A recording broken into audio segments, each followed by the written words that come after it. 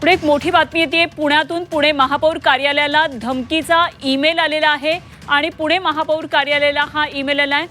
महत्त्वाची बातमी, पुणे महापौर कार्यालयाला हा ईमेल आलाय। महापालिकेकडून पुणे पोलिसांना हे कळवण्यात आलेलं आहे। महापालिकेतील कर्मचारी आणि कामानिमित्त आलेल्या नागरिकांना सध्या महापालिका कार्यालयातून बाहेर काढले जात आहे। हे कार्यालय पूर्णपणे रिकामं करण्यात येत आहे। तर पुण्यातून ही महत्त्वाची बातमी। निलेश खरमरे आमचे प्रतिनिधी पुण्यातून आपल्या बरोबर जाणून घेऊया तपशील। निलेश, पुणे महापौर कार्यालयामध्ये धमकीचा हा ईमेल आलेला आहे। कार्यालय उडवून देऊ अशा प्रकारे हा ईमेल आल्याचं कळते। काय नेमके तपशील आहेत? आपल्याला पाहायला मिळत आहे। पुणे महानगरपालिकेमध्ये महापौर कक्ष आहे, त्या कक्षामध्ये बॉम्ब उडवून देण्याचा एक मेल जो आहे तो या ठिकाणी प्राप्त झालेला आहे।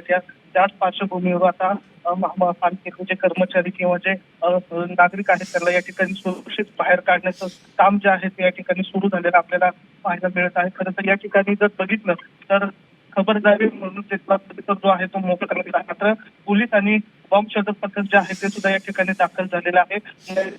याचाही शोध जो आहे ते पोलिसांकडे घेतला जातोय, मात्र प्रथमदर्शी तर या ठिकाणी अजूनही काही असं संशयास्पद गोष्टी आढळलेल्या नाहीयेत। मात्र सुरक्षेच्या कारणास्तव या ठिकाणी महानगरपालिकेतले कर्मचारी असतील किंवा अधिकारी आहेत किंवा नागरिक जे आलेले आहेत त्यांना या ठिकाणी बाहेर जे आहेत मोकळ्या पटंगणात येण्याच्या सूचना ज्या आहेत त्या पोलिसांकडे देण्यात आलेल्या आपल्याला दृश्यांमध्ये पाहायला मिळतात। याबाबत पोलीस जे आहेत ते थोड्या वेळात अधिकृत माहिती सुद्धा प्रसारित करतील। मात्र या ठिकाणी प्राथमिक माहितीनुसार एक मेल जो आहे तो महानगरपालिकेला आलेला आहे, त्यामध्ये महापौर कार्यालय जे आहे ते उडवून देण्याची धमकी जी आहे त्यात नमूद केलेल्या पार्श्वभूमीवर या ठिकाणी सुरक्षा तैनात करण्यात आलेली आहे। ठीक, निलेश, धन्यवाद दिलेले या सगळ्या सविस्तर माहितीसाठी।